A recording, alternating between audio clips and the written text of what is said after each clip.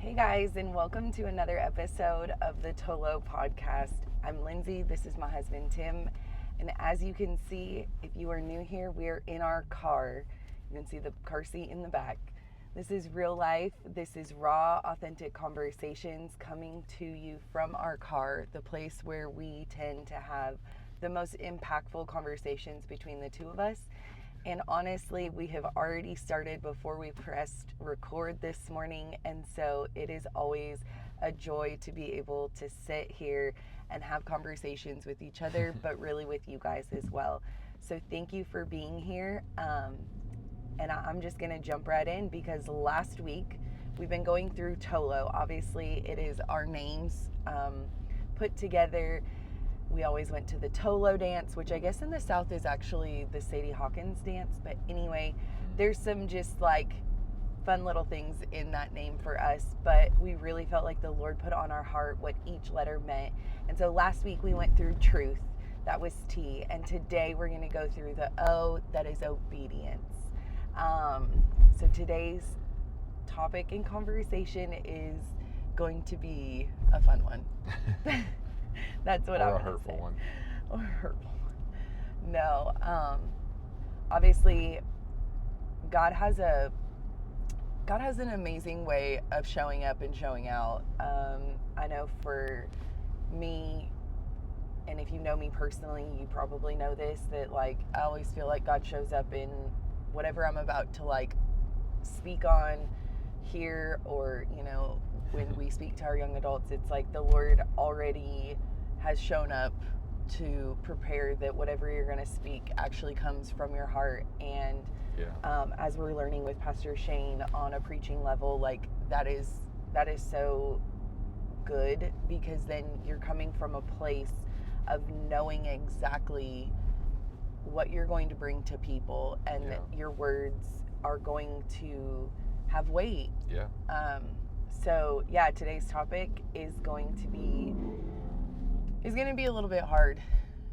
I already feel the tears. Great, here we go. No, but it's gonna be real. It's gonna be raw. And if Lindsay cries the whole time, then Tim's just gonna talk the whole time.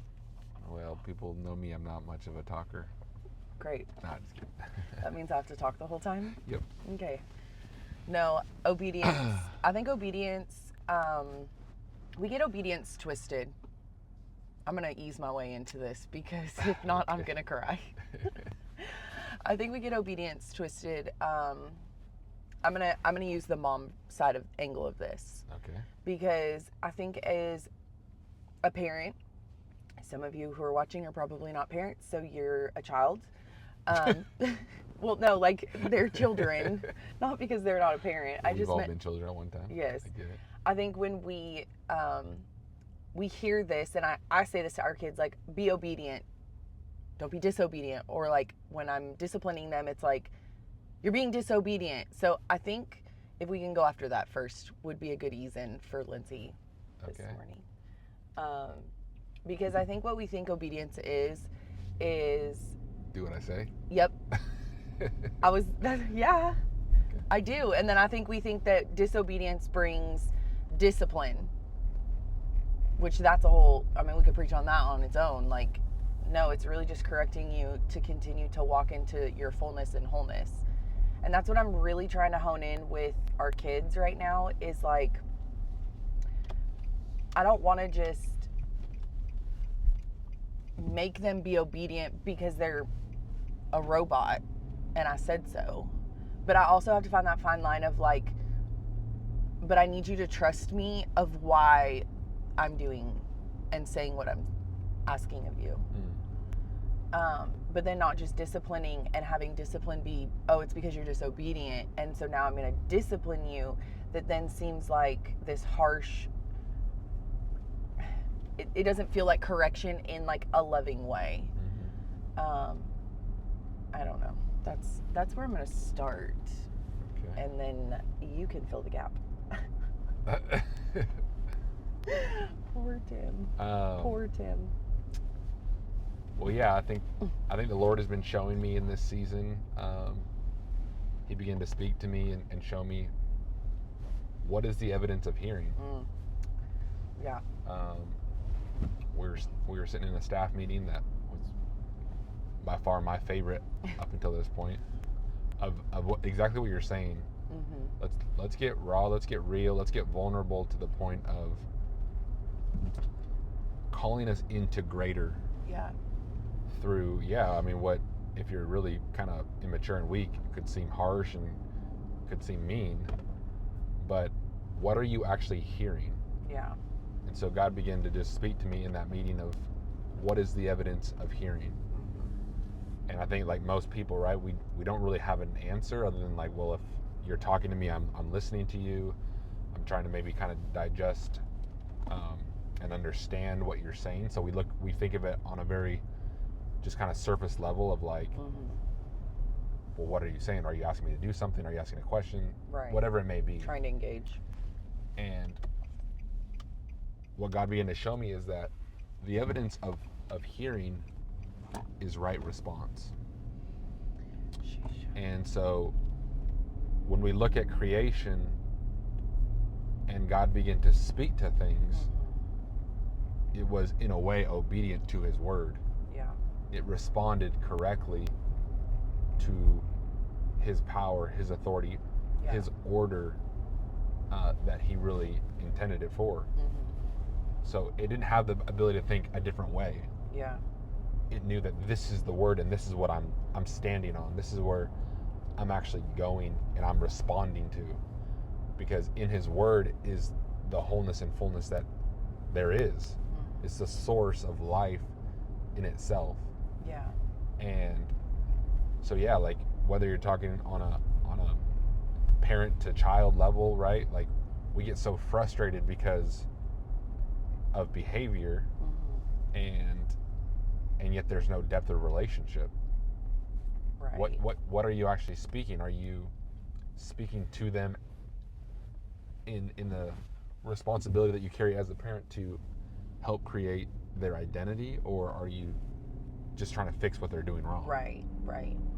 And so then we grow up very, very twisted, right? And then everything else works like that. Okay, if I get a D on this test, I'm a failure. I'm not very smart. I don't meet the standard. Right. If I don't do this right at work, I'm probably going to get fired. I'm not that good. I mean, we just start to like compare everything to outcomes versus like what is the intended response to produce what is actually being said of us. And I love it because Pastor Shane is just blow after blow helping us break these mindsets that really keep us stuck. That to me, what he's trying to really reveal is like, here's the right response that you should be walking out in your life daily. So I'm learning like a big part of kingdom are senses. Like you have senses. You have the ability to hear. You have the ability to see. You have the ability to taste and touch. And those are things that I don't know if we really lean into. We always just want to like, oh, I heard from God. This is what he told me. This is what I'm doing. I got to be obedient. And you could be missing the whole thing. Right. I think too, just as you were talking, I really felt like the Lord, because he's dealing with me while you're talking, go figure. And he was showing me, I loved it because before you said your senses, right? Like the Lord is showing you how your senses play a role. He was already showing me about sight. And so obviously the Bible, it talks about faith is the evidence of hearing, right? But it's hearing the word of God. So I think sometimes we take that twist and we twist it as Christians of like, oh, I hear, I know I hear. And it's like, and so then what we do is we look through a lens that's tainted of like anything that can like comfort that and like match it. And we say, that's God. Now, okay, take it, leave it, whatever. I get that God does that, but it comes with a proper response, like you're saying. Because when you heard God speak and say, move to Tennessee, and then you spoke it into existence to me, I said, absolutely not. And then I sat with the Lord, and he was like, Lindsay, we're going to search your heart. We're going to deal with some things that you've got going on in you. And then the Lord took me through action to change me from the inside.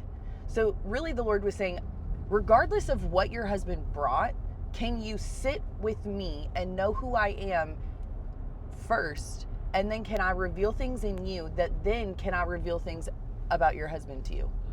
Because then the Lord showed me, Lindsay, you need to trust your husband. But first he had to say, you got to trust me. Right. Like I couldn't trust you because I wasn't trusting God. Which now when you come to me and you're like, hey, I really feel like the Lord is speaking this to me, we have now learned all these years later, like, you know that I'm going to go sit with the Lord, but I can trust when I go to the Lord, it's not Tim's wrong. It's, Lord, I believe and trust that he hears from you. So if he hears from you, he's put his faith into action in this. Now I'm partnering with it. Now you do what only God can do, because, right, faith is a realm. It's of things hoped for, but things unseen. Yeah. So then the Lord was just showing me, it's the evidence, yes. But like, it's this lens. We always continually, and okay, so Lindsay's going to go weird for a minute. I'm going to go, as Tim calls it, Mark Dawson, my dad. Okay, so the Lord was showing me these lenses, right? Okay. But like, okay, and obviously this isn't like 100% real, but you know those people that you see and you're like, oh my goodness, their glasses are thick. Like they cannot see, like they got, and I'm obviously like my fingers are like 2 inches. That's not realistic. Yeah. But right, like what I think happens is through hurt, through preconceived, like what we think, perception, through trauma, through not realizing like what's actually being done because we're immature and we don't have people in our lives to help us like filter things, we start to like create these lenses and they build and build and build until like the lens is so far away from who we actually are and who God intended us to be. Like National Treasure, when the more lenses he puts down, you can finally see the secret. Well, except the opposite, because these lenses are not good. But they are searching for like their true, motive. True. Okay, yeah, I see where you're going there. So the way that the Lord was showing me is like when we do that, that becomes our lens for everything. And so really then we aren't even operating in the wholeness that he asked us. We're hearing him through all these, and I'm gonna call them filters. So like lens and filter are going hand in hand right now for me. That isn't even fully what he's trying to speak. And he uses people, and then these people come into our lives and they say something and it's like, oh, they're in this lens and they can't get all the way back here. And so then we're trying to see something that was never actually meant to be seen in that way. Is this making sense? And so the Lord was showing me, no, Lindsay, like when I tore the veil, that's what I mean, right? Because unveiling normally means like you can't see it, right? Yeah. So when you have a blindfold on and it's taken off, it's unveiled to you. Yeah. I get I'm talking about two completely different veils, but why not use them in the same context? That's where I'm at right now.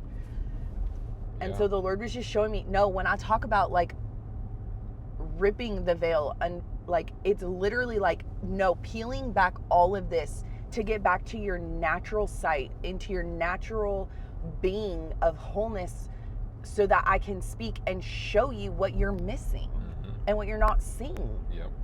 And so I think too, I was like thinking, because at the same time I was like, oh, I should put my sunglasses on because my eyes were starting to hurt a little bit and I feel a cry coming on, so let's hide it. And the Lord was like, that's the problem. Yeah. We constantly have a good reason to have something that was never intended for us to have that lens. Because, right, if I put my sunglasses on right now to hide how I feel, well, one, like, if I get to be super honest, like, that defeats the whole purpose of why we said we're doing this. Right. And two, it defeats the second reason of why we're doing this, because the Lord this year has told me he's going to heal me, which means having to sit with emotions. But also three, it's like, then, yeah, I'm having to then look and darken my lens. So then he took me into that realm of like, Okay, so you're going to put your sunglasses on to hide. That puts you in isolation, that puts you in darkness, that doesn't put you in operating in your wholeness. And then that darkness is now your lens that you crave because it kept you comfortable. So then how, okay, I get it. So far out there. God spoke to that quick. Holy smokes. Sheesh. Drop bars. You want me to take it deeper? Yeah, go for it. Well, this is why, like, I think we get a perception, a perspective of a calling. Okay, so the fivefold ministry is actually a gift. So why are we trying to search for a gift? Like, no, God gifts them to you. Right. Because there's going to be a point where you need to have a pastor's heart. Yeah. Then you're going to go into the world and you're going to need to have the evangelist gifting. Then there's going to be times where you need to prophesy and speak over somebody's life, and you're going to need that gifting. Yeah. But no, we want to take them and taint them and identify them with our quote-unquote calling. To match our preference. Yeah. So, like, what is the actual motive? Because you're not taking a gift from God and trying to make it something that you want. So, like, that's where, like, he's not withholding. No. You have all of them. Yeah. You're a pastor. You're a teacher. You're an apostle. You're prophetic. Like, right. These aren't like certain cloths that you like, oh, I was born with that. Like, right. No, you need to ask God for the gifts because that's what he came to do. You're right. Like, I was talking to the kids the other day and I asked them, I don't know if you remember this, right? But what's the difference between the spirit realm and the real realm? Because I was always taught this my whole life, like, oh, that's like mysterious. And like, have you ever been in the spirit realm? And God began to show me, like, well, what can you do in the spirit realm? Well, we know through scripture that there's going to be great feasts. So we can eat, means we can taste. Usually, that means you're obviously going to be able to smell. There's an aroma. It talks about the aroma. Let me be a burning incense, right? Right. So we know that there all the senses operate there. Yeah. You can see in the spirit. You can feel in the spirit. You can get those notions, those urges on the inside. Right. So what is really the difference? You're right. It's your lens. It's your consciousness to what is God really trying to do in this moment. Yeah. So, I mean, super powerful stuff if you really want to, like, be opened up. Yeah. But here's the thing is people get stuck in familiar and they want to cling to what they think is right. Yeah. I never want to stop growing. Right. The moment I think I'm right and I've figured it all out, it is going to become another religion. Yeah. So I ask for the gifts every day. I ask, Lord, help me. I need to learn how to continue to yield to your grace. Because as long as I know that your grace has gone before me, that's the permission, that's the power I need to walk into whatever situation. Now I can be obedient. Yeah. Because I'm losing myself and I'm gaining more of you. I want more of your mind. I want more of your wisdom. Right. And you are those things. Yeah, I think of obedience as I've grown into more of.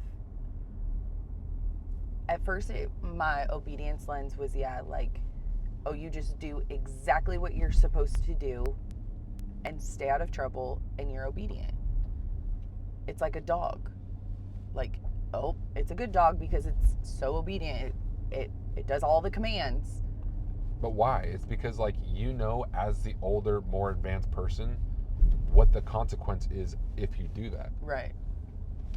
So you're really trying to help it mature into knowing, like, well, if you do this is the consequence, and I just don't want you to have to, get hit by a car. Well, and that's where I was going to go with, like, in this season, as the Lord's been maturing my pastoral heart, and even saying that makes me want to just throw up, because it's like I never thought I would, like, even though we've been doing this for a year and a half now, like being in a quote unquote position that has that title, like that, and not that that's why we do it, but it was like, I think now as the Lord has just really been dealing with my heart on that level of like, Lindsay, you're not doing this so that you can get pastor before your name. Right. You're doing this because it's the heart I've given you. And so I want you to steward that. And so he's then making me have to self-reflect of my own heart. And we're dealing with my heart. And so as we've been going through this, as I've been going through this with the Lord, he's been showing me that, yeah, obedience is 100%, just like you said, it's the right response to what I hear. Now, I fully believe, and I've said this before a million times, and I will probably say it till the day I die, is that Pastor Ken Hubbard, when he told us in the midst of all this, when we were like, are we crazy and are we actually moving to Tennessee, like across the country? And what if we aren't hearing God? I remember having this conversation with him, and he was like, God honors obedience. Right or wrong, if your heart is pure, that you literally think like, I know I'm chasing God, and it is not for a selfish motive, even though there was a little bit of selfishness in it, because again, we're human. So I think naturally there's going to be a little bit of that. But the bottom line is God will deal with that heart along the process, along the way. And so, sure, God says move. Okay. We prayed about it. We took it to authority who could spiritually speak to us on that level. And then we did the next thing we always felt like God placed in front of us and told us to do. The first thing, was pray about it. The next thing was press into it for 30 days, which were two very different things. Right. They can look the same, but in the process, they were different. The next thing was make a plan. The next thing was get your house ready. The next thing was go and see the Tennessee. Yeah. The next thing was get a job. The next thing was pray. Like God was in it the whole time in the process. So even though he showed us just what a glimpse of the end was, as in Tennessee, he didn't show us the process. Right. So that meant we had to be obedient, and we couldn't stand still and just say like, okay, God, right, get us to Tennessee. Like, no, we still had to go to work. We still had to press into things individually and together. We still had to be willing to be refined by the Lord. We still had to be willing to hear no. Yeah. I mean, it's not like it was just cupcakes and rainbows. I mean, we had family like, are you kidding? You're leaving? Yeah. Like that was some of the hardest. Well, I think also we never manipulated like, oh, this is confirmation. Never, not once. So like I've been really noticing that like people want to take an open door over spiritualize and be like, this is God's confirmation. Like I now want to see it more through the lens of like, I want to see it through his lens to know that I'm in his will, not trying to like be God and like, this is from you, this is not from you. Who am I to say that? Right. So like, I still got to press in to know like, okay, God took me to a crossroad. Do I go right or left? Well, Lord, the more I can get your vision and your heart of it, that's what gives me the confidence to know, is this? Because it says that the steps of the righteous are ordered by the Lord. So there's an ordering of like, when I take a step, I got to run through the order of making sure God's first, making sure all my priorities are right. Now I know. Right. But we want to make this all about right or wrong, good choice, bad choice. And where does it position us? Right. Well, yeah, like, 'cause it's our motive. Like you're saying, it really has it's manipulated really in the back. If you fix your mindset on something long enough, you're going to create it. That's the power that you're given. Yeah. When we bought this car, I remember seeing them everywhere, but I was fixated on like, oh, I'm gonna get that Armada. Now, and I'd never seen them before. Then all of a sudden, I see them everywhere. Yeah. So you could tell where my focus was. Right.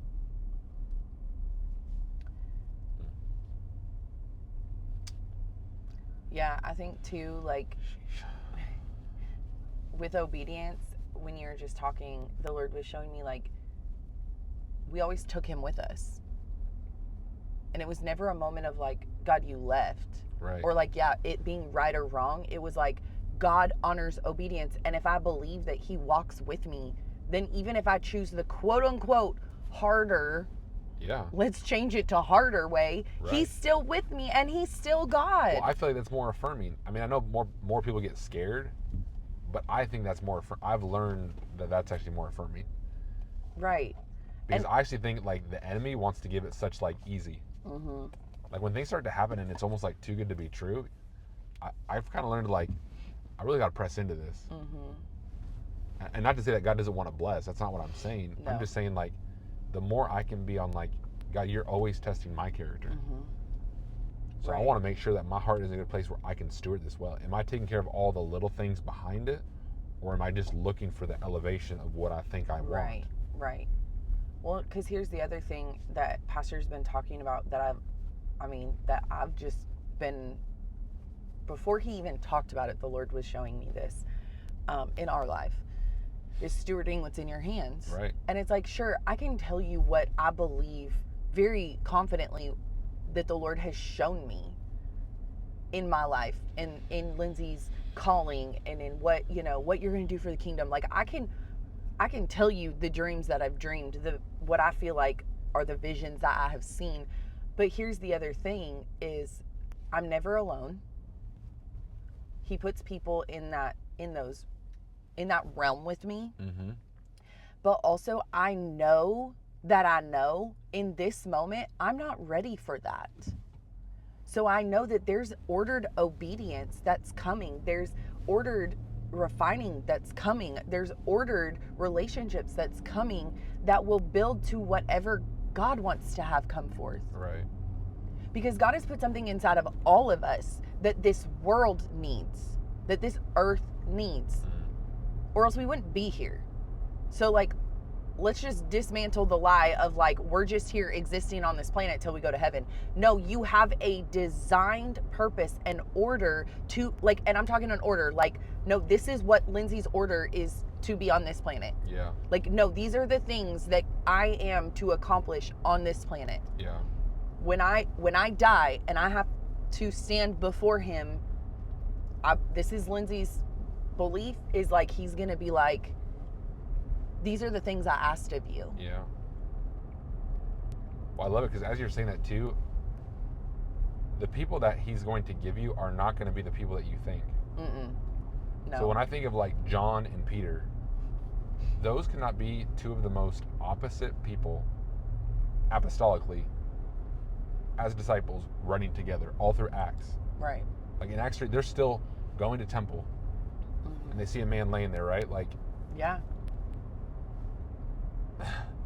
I think we want to have the comfort of like people who we think build us up and like, affirm us and all this, but like they're the ones that challenge us. You really need somebody like way different than you.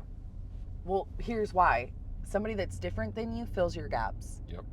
They can look out for you in a way that your peripheral vision. Oh, this lady thought I was waving at her. I love it. Your peripheral vision, like your blind spots. Right. And that's why relationship matters, is because those people with the pure heart, and if they have the heart of the Father, then they're chasing after the things of God while knowing and stewarding you, because they know how important that is and what that assignment is. So therefore they do look out for you just as much as they are looking out for themselves, but at the same time, roles are reversed. Right. You're looking out for them, they're looking out for you, right? And so with that, then that is where I feel like we then learn and grow in our differences. Yes. Because then now I'm picking up things from you for the next relationship I'm in, or the next conversation I have to have, or whatever I'm walking into, I'm going to learn something from you. Yep. Because if not, then like, what is the point of having a relationship? Yep. To stay stagnant? Like, that is completely the opposite of who God is. Everything is growth inside of him. Yep. Everything. Tell me what doesn't grow. Right. I mean, look outside. And his version of growth is death. Right. So it's not like we're saying like, oh yeah, just prune me. I mean, like even the idea of pruning is like, cut this thing off me, prop it up right. Yeah. Because, I mean, yeah, we always cry out for like, oh yeah, I want to be refined. Lord, refine me. Like, you don't even know what you're asking for. Right. Because then the first hard thing comes, the first person comes, what seems like rejection, that's the jealousy of the Father wanting to take you deeper. Right. And you got to be able to see it through that lens. Otherwise, people are going to offend you, people are going to hurt you, and you'll think everybody's against me. Well, and that's the other thing I've never really understood is like if I'm walking in obedience and someone says something that rises up inside me of like offense, right? And I've had to learn this. I've had to learn this with you, and I have walked through this. We've had to learn this together. We've had to have conversations about it. And it's not like I've arrived in it. But what we've learned is when that stands up, we then take it to the Lord. Yeah, and we're like, press in. We're like, Lord, why did this raise something up inside of me? Is it because I'm prideful? Is it because I'm insecure, which is just a form of pride? Or is it because this is coming? Is this an attack? Or are you trying to prune something in me to show me an area that you're trying to, and I just want to say refine, because that is my word for it. Yeah. That you're actually speaking through them. Right. Because yeah, if every single time I sit and I hear somebody say something negatively about me, I would quit every time. I mean, I've said that. So like, okay, Lord, you haven't quit on me, because if you did, I wouldn't be alive and breathing. So, and not that I even think he quits on us, because he doesn't. So don't twist that. But it's like, okay, then what is this? Why is this making me internally feel a disruptive piece? Is it because I'm giving more weight to something than it needs to? Am I missing something in growth? Am I seeing this through the wrong lens? Lord, what are you trying to reveal? Because you're revealing something. Because it's not like he just reveals things that are good only. Well, why would God refer to himself as an all-consuming fire? I love it. I know where you're going. And if you don't, then I'm gonna plug it in. Yeah, I'm asking. I know the answer. Then say it. Well, because a fire consumes the thing that it's trying to burn and disintegrate it, but at the same time, heat gives us relief, or gives us comfort. Yeah. So it's like at the same time that it's engulfing something, it's producing comfort at the same time. Yeah. And it's getting rid of the thing, well, okay, spiritually speaking, not in an actual fire situation, the thing that shouldn't be there. Well, it brings light, right? And I love it because it's the only form of light that can reproduce itself.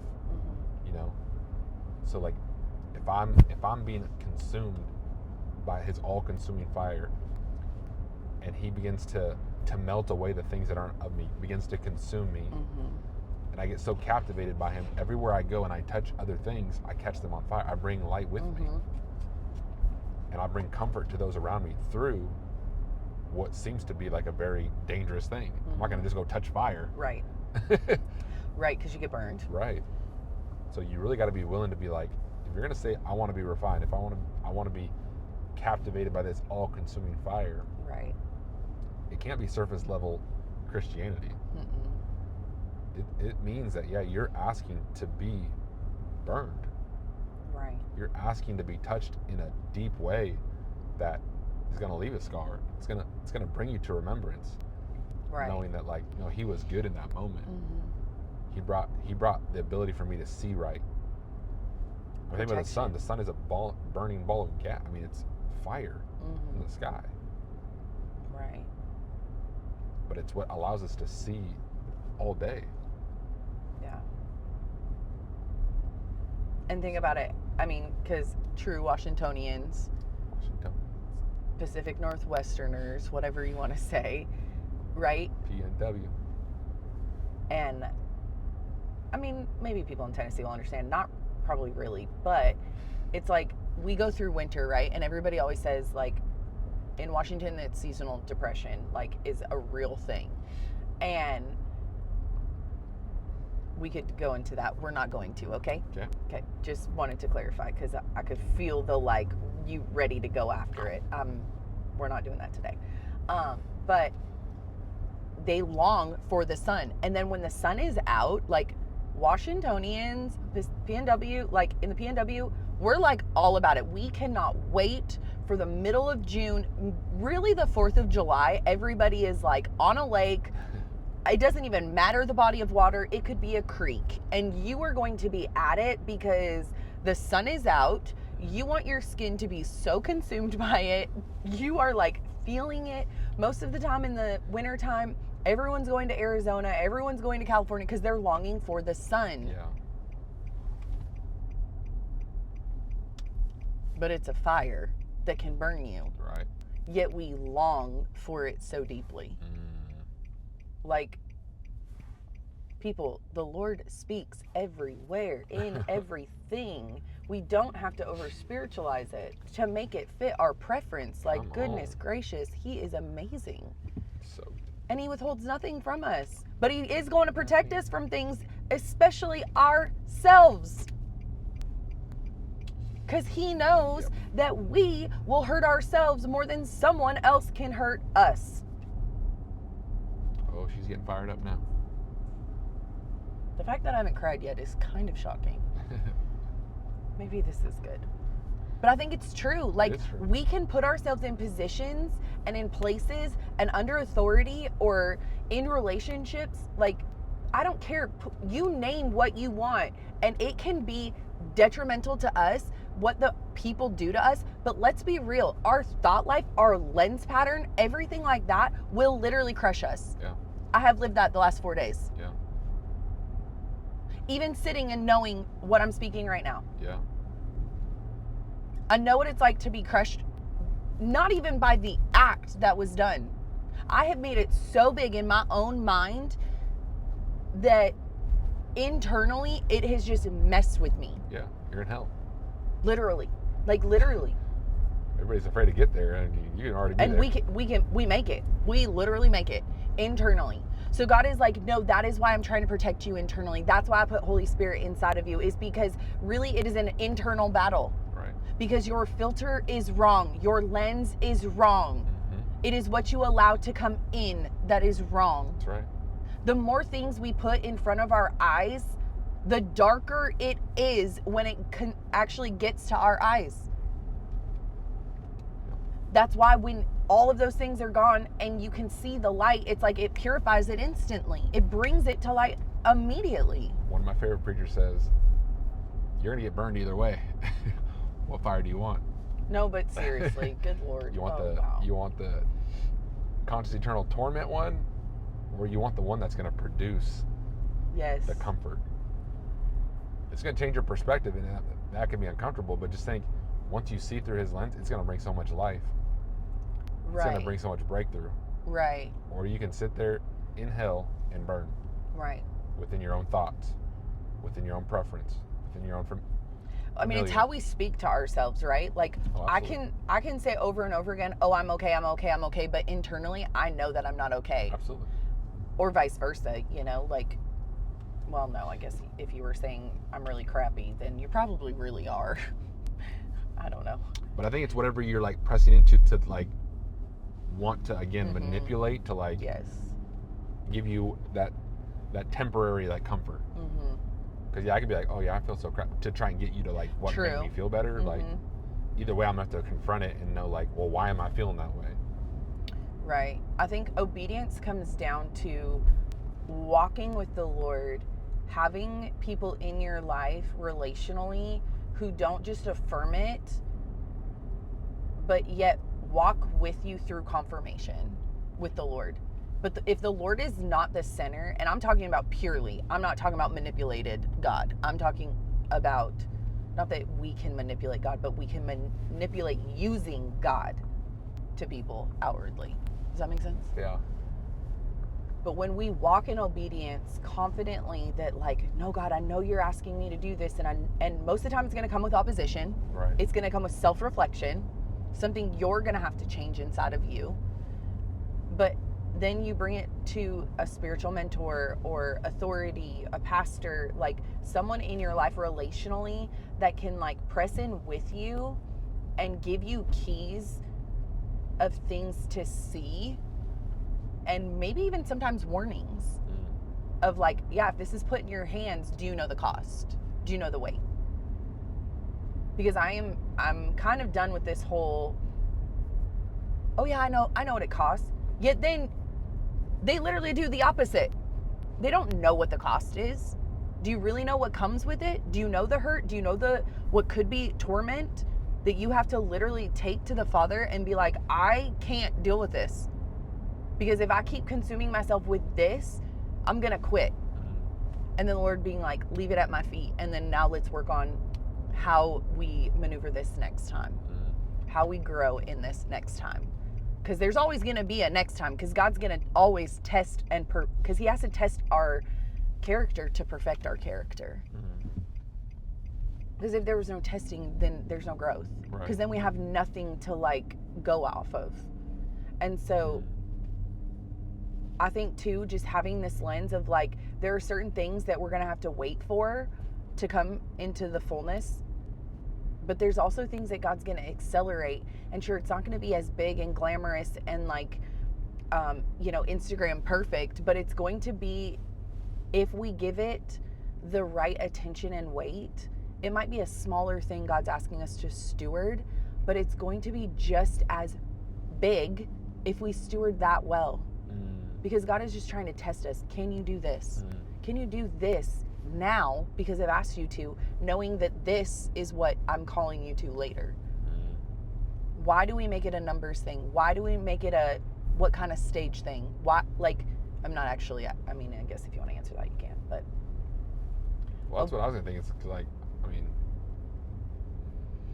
I think we can just kind of be in a twist the whole mission. Like, I'm not trying to be obedient. I don't think, like, just for me and where I'm at personally, right? Like, I don't feel like my God-given mission is to, like, build a church. Yeah. No, like, I just want to love people so well. Yeah. That, like, and that's talking anywhere, not just in church, like, everywhere I go. Right. I mean, from what I know to be true is, like, he said to go into all the world and make disciples. So I'm not looking for the next, I'm not looking to start a church, the next big speaking engagement, this to go viral. Right. On our podcast, like, I want people who just want to hear my heart and get to know me to come and listen. And I want to encourage you through what I've gone through. Right. To help produce something in you. Yes. It comes back to like just one-on-one relationship and knowing like I was called to be a son, and then I'm called to heir and be the light of the world. Yeah. That's it. That's all my focus is. I feel like in every encounter I have, I always want my ceiling to be somebody's floor. And I want it to be something that they pick up, and when they leave, they feel encouraged. I want them to feel edified, and I want something to be illuminated that God's gonna do something in them. Yeah. I never want to pull somebody down to my floor. Yeah. I never want to pull somebody down to exactly where I'm at. Right. I want them to literally be at my ceiling saying, Lindsay, I can stand on your shoulders. Even in one encounter, like that has been my heart and my prayer lately. I haven't even told you that. Of just like, Lord, every encounter I have, I want to encourage somebody. I want to help edify them, which really only Holy Spirit can, but like use me to do that. Yeah. And I want you, Lord, to illuminate something inside of them that ultimately will do both of those things, right? And it's like, I don't care if it's one conversation with one person. Like, you are God and you can do anything. Yeah. So just use me in every moment and encounter. And I miss it sometimes. Yeah. But my heart is, I want my ceiling to be your floor. I don't care if you are the lady at the grocery store that I see every week. I don't care. Because God, if Peter could walk and his shadow could heal somebody, why can't my encounter with somebody on a weekly basis, or even a one-time encounter, why can't that do something inside of them to spark something that brings them closer to who you are? Like, I don't need to have the credit and the glory, but I sure want to be available. And that's where I think obedience really comes from. It's the availability to say, if I got to put my muddy boots, or, put my work boots on, or if I get to put my Jordans on, it doesn't matter the type of work. I'm willing to do both. I'm not only going to hold one type of shoe in my closet to say I'm only going to do this thing because of how it makes me look. Yeah, and I think you gotta. It comes from like what only can be produced in the secret place, in the intimacy of you seeking God.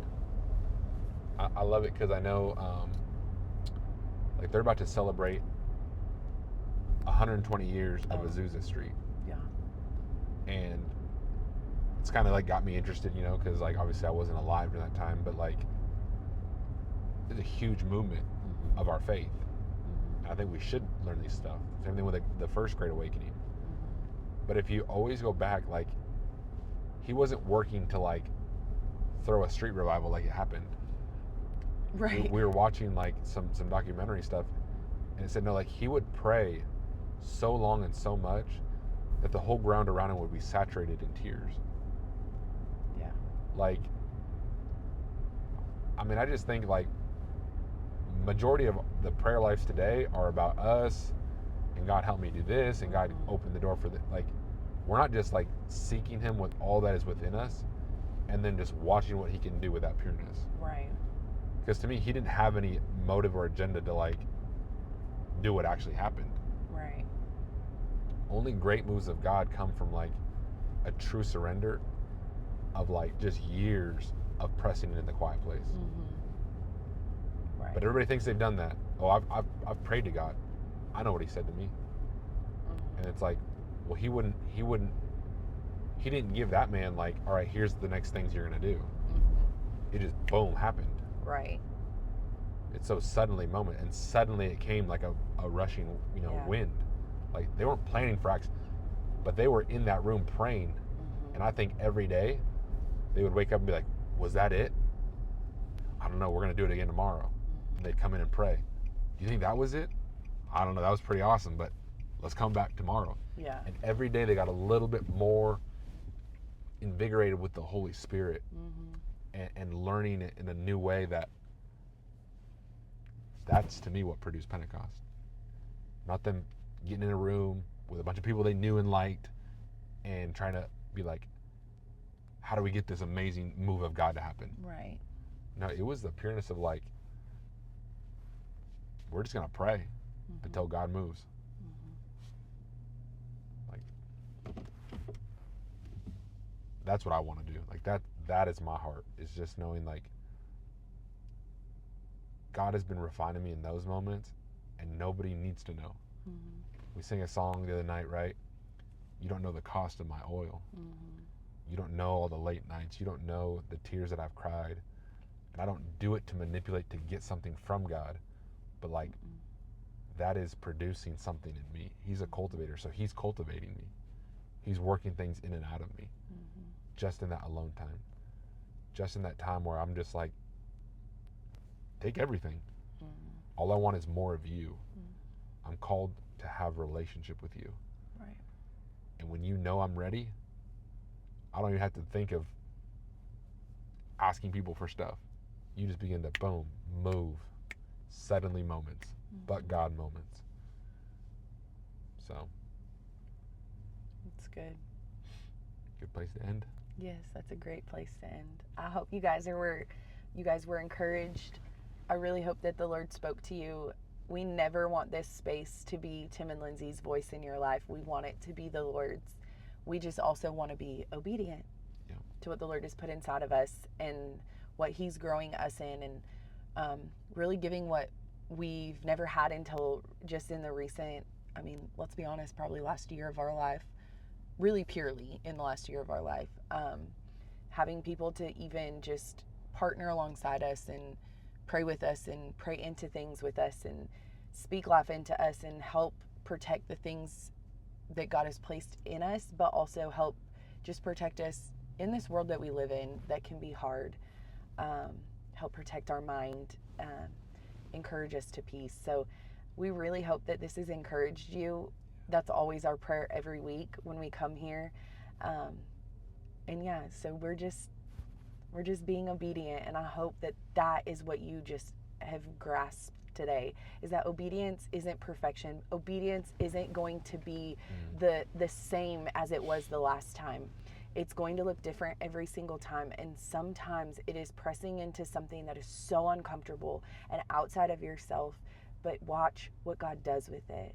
Sometimes it means you're having to partner with somebody that in your life and be so vulnerable and raw with them that yeah, you can get hurt. And I'm going to tell you right now, you're going to get hurt.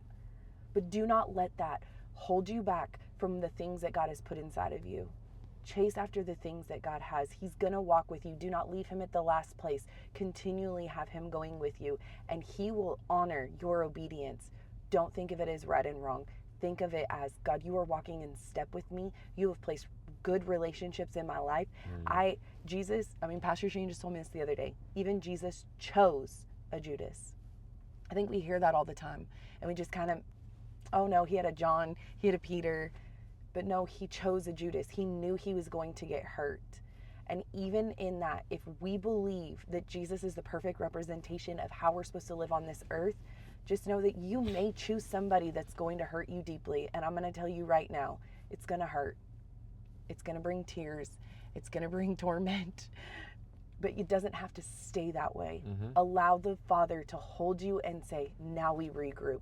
Those tears that you pray that saturate the ground around you, the Lord will bring growth because he has to. It's who he is. It is literally in his design and nature. And so just know that obedience can be so hard. Don't think of it as right and wrong. Don't think of it as a punishment. Think of it as the Father loves you so much that he withholds nothing from you but protects you from everything. And in that, he will honor every good thing that you continually walk in because he doesn't see it as right and wrong. That's right. So I'm going to go cry to Tim as soon as we push stop on this. But I'm so thankful, and you guys are amazing. Go out and do what God has called you to do and just continually pull on heaven here on earth. Have a great day.